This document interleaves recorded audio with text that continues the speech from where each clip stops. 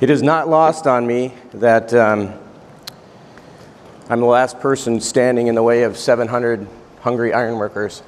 So I got it. I want to thank Kevin and Impact and the ironworkers for allowing me to take a little bit of time today to tell you about our company, but to tell you most importantly some of the things that we're doing as a result of some labor challenges we're seeing in the industry, and then what each of you can do as we go forward. So we did a brief introduction. I'm going to get out of here before this 30 minutes. Again, I know the feeling when we've been sitting down all day and we want lunch. So where is the clicker? It's right here. Okay, so I'm going to start by just saying a little bit about myself. There was a brief introduction. I think it matters, though. I did work my way from the field. I started with the operating engineers. I was a foreman, and I was a superintendent. Then I decided to go get a couple different engineering degrees. Worked my way into the office, and now I hold the position of Chief Operating Officer for the Boldt company. My parents were both union workers. My son is a union carpenter apprentice. I have a 17-year-old daughter. She will not be a carpenter or an ironworker because she really likes to talk. And so she's got some other things she wants to do, and we're working at getting her through school and on to the next phase. I've been married for 30 years. I got married in college. That never happens anymore. But my wife has been super supportive of me. It's a crazy industry we work in, and for those of us who have supportive spouses, we understand what that means. The Boldt company, the Boldt company, I was told by a credible source, is the oldest continuously signatory IW contractor in the United States. Kind of a big deal. Yes, thank you. We're going through a big change in our organization right now. We'll talk about that in a second. But we're founded on our values of honesty, fairness, hard work, performance, and the love of what we do. We make sure that each and every day the workers, both on the front line but in the office chairs as well, are enjoying what they do. Our virtues: humble, hungry, smart, reliable. We make reliable commitments to each other. We make good on our commitments. And then we're gritty. Gritty is super important, especially right now, because the environment in which we work, I think, is getting a little worse than better. Really quickly, the Boldt Group is our parent company. We have a trucking and excavating business. We also have a development arm, so we own property throughout the United States. Historically, our development arm, the construction arm would consider our development arm one of our worst owners that we work for. We're working on that, right? We just have misaligned interests there. We have technical services, so we do design and engineering as well as construction services, is where I spend most of my time. 3,000 employees. We're nationally ranked somewhere in the top 75 to 80 each year. Fourth generation, so up until a couple months ago, we've been owned by the Boldt family. And we've made a transition over the last 5 years, and now this past year, we've finally moved to a point where we're more employee-owned than we are Boldt family-owned. That was one of the greatest things Oscar Boldt did as he stepped away, is he gifted the company to his employees. We're super thankful for that and lucky. We did $1.6 billion worth of work last year. It was a big year for us. We're 18 locations, and as I said, we've been in business 135 years, heavily in the Midwest. You see the dots all over the great state of Wisconsin, Minnesota, and others. We are on the West Coast. We're licensed in 48 states. Last year we worked in 38 of those, and those 3,000 employees. These are the industries we work in. I'm not going to spend a lot of time on this. We're primarily focused right now on healthcare, industrial manufacturing, and power.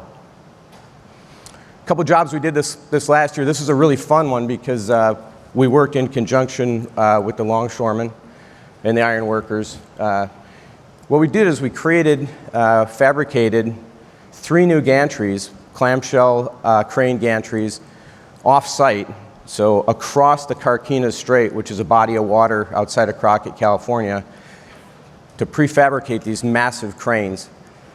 We took 4 out of service, barged these over, and set them with a barge crane. These 3 cranes took the place of 4 and increase throughput for C&H sugar. What they're doing is producing more and more processed sugar, and that's a conversation we can have at some point too, but there's a huge demand for processed sugar. So it used to take 3 weeks to unload a barge when it would come in. Now it takes 5 days. So it's just amazing, the throughput increase. Nestle Project Dynasty, this is a big project, 3,500 tons or so of steel being set down in Glendale, Arizona, local 75. Yeah. Yeah, feel free to cheer when the slide comes out there. I'm going to celebrate a couple more here for sure. They create creamers here. Nestle Coffee Mate creamers. Brand new $300 million facility just for creamers. Had no idea. Mayo Clinic, these are local 512. These are really difficult projects. This is a vertical expansion above an operating healthcare facility in Mankato. Ironworkers did a great job there. I think the most important thing to see here is, and to celebrate and to be very thankful for, is the center picture there. This 988 suicide and crisis line is a big deal. We still face that crisis in large numbers in our industry, and everything that we can do right now and going forward to help all of the folks, but and I'm going to say especially the young folks coming in, is going to be beneficial for us as we move forward. GFG Wind Farm, you just saw an advertisement discussion about offshore. This is onshore. You're going to see a lot more of this. All we did is we took down 40 or 50 antique, older wind turbines and put 40, 50 new ones up. Technologies, they're so much more efficient now. You're going to start seeing these popping down and popping back up. The infrastructure is generally okay. We just need better, more efficient technology. And then I'll end with this one, mostly because this is a great story of what we can do on a partnering job. So this is an owner, Georgia Pacific needs to create a new space to create brownie paper towel, right? So we do use a lot of paper towel as well. 5,500 tons of steel on this project. We had no incidents. Local aid's been amazing. We use this as a training ground for a number of different things, but mostly what leadership, teamwork, and working together can do for us as we move forward in the industry. Yeah, I love it. We're getting better. We're getting better at working with each other. I sit in a lot of jurisdictional assignment meetings, have a lot of conversations. We're getting better at recognizing that we can't possibly do all the work. But let's be real clear on the work that we can do it the best we possibly can, and train our new folks to do it just as well as we did, if not better. That's a challenge. These are the areas we work. You can see them. They're pretty standard for GCs in the Midwest. So what's this guy telling us, right? The big issue, the message that I'd really like to get out today, and the challenge I'd like to put forward for each and every one of you, is to recognize that this labor issue that's out in front of us is all of our problems. It's all of our opportunities. And it isn't going to go, we're not going to snap our fingers and it's going to go away. So the IIR right now tells us that there is a medium to high degree of certainty that 140 projects, planned projects right now, are going to be over $1 billion, are going to take place, get started by 2025.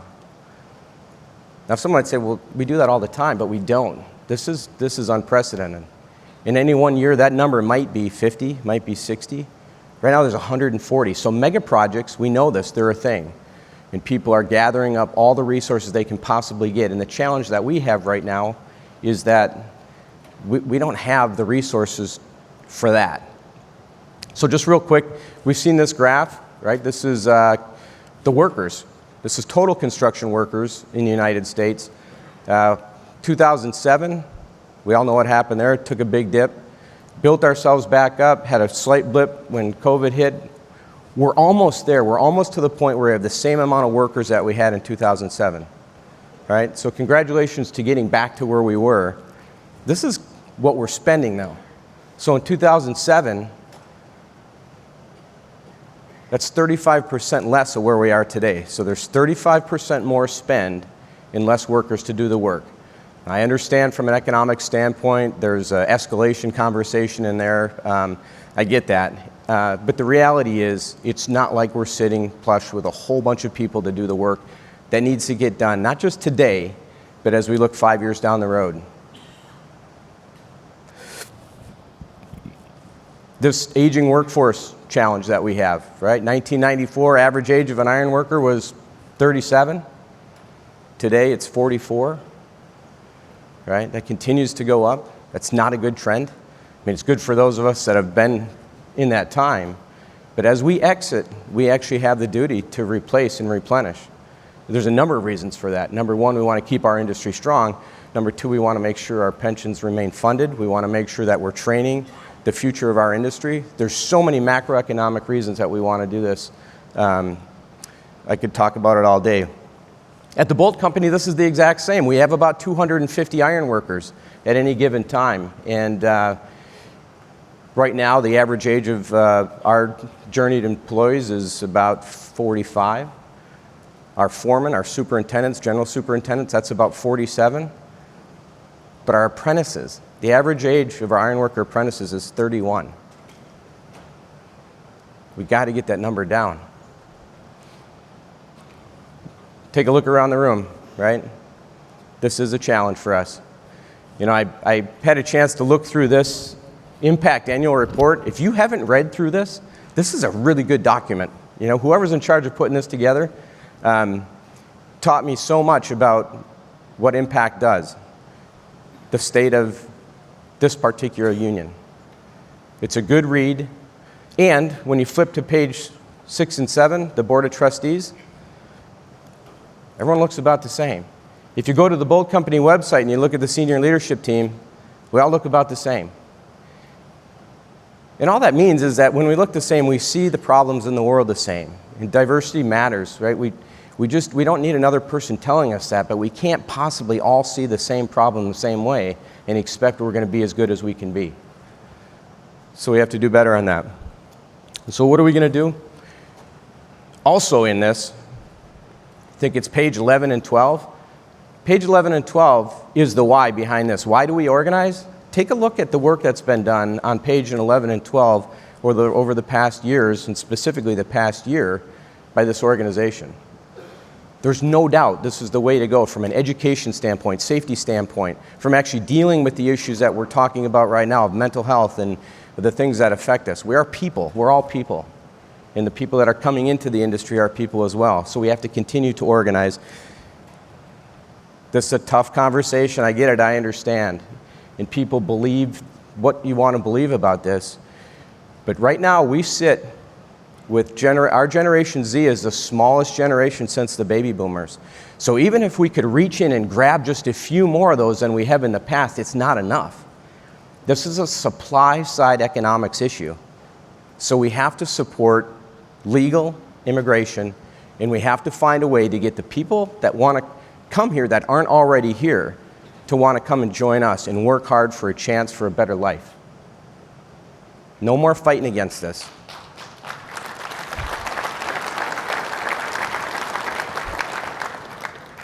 There's cultural barriers. We know it as we talk about increased legal immigration. We have language barriers, cultural barriers, all those things, and we have so much technology out there that can help us bridge language barriers, whether it's spoken or written, as well as learning, finding ways to actually put in our training programs way that we learn about different cultures so that we can understand. This importance of curiousness versus being judgmental is super important for us. So benefits, right? Everyone's talking about this. What have we done? Ironworkers have done a great job of putting some benefits out there that we haven't had in the past. But you heard the panel that was up here before. It's expensive for our apprentices that come here when they're spending 10 to 15% of their year at school not getting paid, right? They already don't get a full wage, and now they go to their classrooms and they don't get paid as well. Let's find it. There's got to be a way that we don't have to pay them like maybe the full week or the full wage, but pay them something. When you're 20, 21, 22 years and you get used to that paycheck and then 8 times a year you get nothing, it hits. And so people, and the fascinating part about this, and I've watched this with my son, is when he has a great experience, He's so connected to so many people through social media. He can do a better job encouraging people to join our industry than we ever can. But if we don't create a great experience for them, they're just going to go somewhere else. And we can't afford that right now, you guys. All right? So figure out what these benefits are. Listen to what people need. I'll tell you what's really difficult to find right now is mental health support for people in that 18 to 25 range that actually know what an 18 to 25-year-old's going through. There's plenty of support out there by 50 and 60-year-old therapists, but that's a really tough connection to make for those folks that are trying to navigate today's societies. So those are things that we can work on as well. Increase inclusivity, right? We all know we want to come to a place where we feel like we're included. Makes all the difference in the world for us. And it's the same for any of our workers day in and day out. It's not something we talk about, right? We just go in, we come home, and we say to our spouses, friends, loved ones, God, I hate where I work. So let's get away from that. Let's understand, again, be curious. What is it that's going to help people feel more included in the day-to-day of what we do? And then finally, I'm going to speak to this one for the most of my remaining time here, and that's this idea of being progressive and fluid versus stagnant and rigid. I took a few notes here because I really don't want to miss any of this.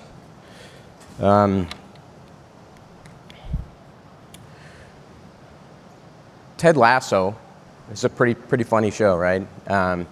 In one episode of Ted Lasso, he quotes Walt Whitman, and a very simple phrase that says, "Be curious, not judgmental."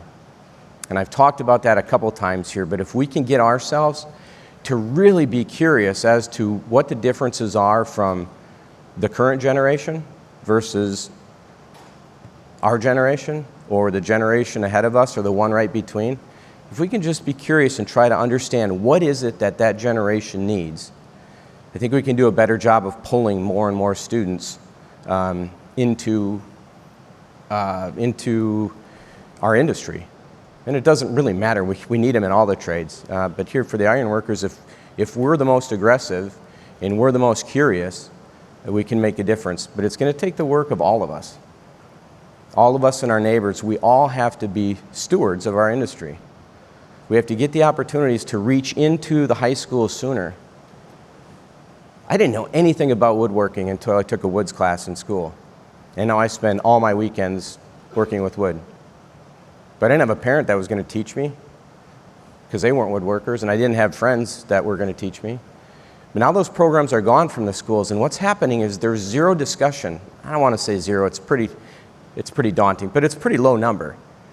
Having just had 2 kids that went through a public high school system where not a single career fair day was addressed towards military, was addressed towards the trades, I understand more than I ever have the challenge. And I tried, and I got out in front, and we had some really great workshops, and I even had a teacher, a math teacher, that said, how do I get involved in the trades?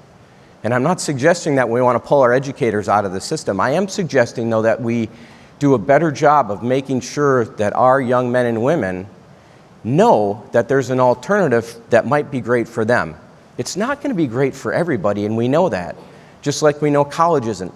That's why the apprenticeship age is 31, right? But we have to start targeting that. We have to actually put a strategic plan in place that says, I know we've always done this. I know we've focused on our training materials once we get people in, and I know we've increased membership, blah, blah, blah. But now what are we going to do? Who's the group that's actually going to go out into our local areas, team with our friends, our competitors? We're all looking for the same people to create some awareness around careers in the trades. I sat at the bar last night, not very long. I was just ordering a drink to take to the room. Yeah, I figured it might go that way. But I sat next to Dustin. Is it Dustin? Is that right? Yes. Dustin is an amazing individual. He's a Kansas City Chiefs fan. Wore his hat on. He still has it today. Proud Chiefs fan. He's married to a beautiful woman, not quite as beautiful as my wife, but a beautiful woman who's a Raiders fan.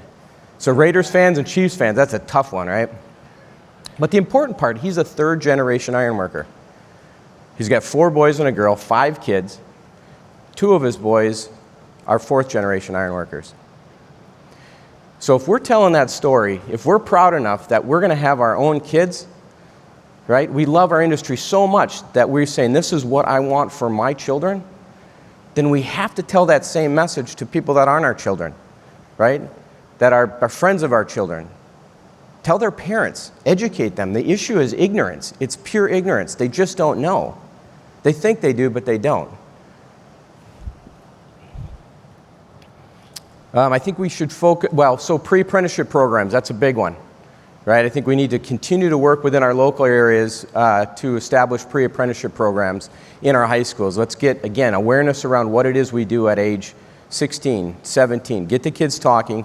Let them carry the message home. If they're not going to get it through their guidance counselors, if they're not going to get it through any other career fair, let them create the buzz amongst themselves and take it home and just say, hey, I'm thinking about a career in the trades. What do you think, mom and dad, or mom, or dad, or aunt, or uncle, or whatever it is? Because they'll create the energy around this that we want to and we need. And then I think, boy, I'd love to leave us with this importance of reaching in further into our high schools. But maybe I'll leave it with the one that scares the hell out of me the most. And that is this idea of embracing technology and AI. I don't know much about it. I saw a slide on here about robots in 10 years and 5 years, and I do remember a robotics conversation 30 years ago. I'm smart enough to know that we're not in danger of robots scaling steel structures and putting full penetration welds in anytime soon. But I think it might actually be coming faster than we think it is. So we do have to embrace that. At the same time, we have to work on that balance of not giving up on ourselves, right? So we got to find the people, we got to create the interest, we got to find a way to do things better, we got to continue to be safe. We're so much safer than we used to be, and we're still killing 4 people a day. 1,000 people a year, 4 people a day, we're still doing that. So let's leave with this. We're headed to lunch. I'm gonna be done 7 minutes early, so you can thank me. If nothing else, you can thank me for that. Let's leave it with this. Let's find a way to agree to each other, and when we look in the mirror tomorrow, to say, I'm gonna do something to create a greater awareness and understanding of how great a career in the trades can be in my local community. And I'm gonna do it in my public and my private high schools. That's where I'm going to start, each and every one of us. And you're going to team with your locals. You're going to team with your competition. I see one of our friendly competitors right up front here. We are better when we work together, because none of us is smarter than all of us. I promise you that. And this is not a one company problem. It's not a one industry problem. It's a total industry problem. Embrace technology. If you liked what you heard and you're not sure about what you should do next, or some of the other things that we're doing at the Boldt Company, I'm going to have you ask Rob Branyan. He's sitting over here. He is my favorite iron worker by far, but I do have many.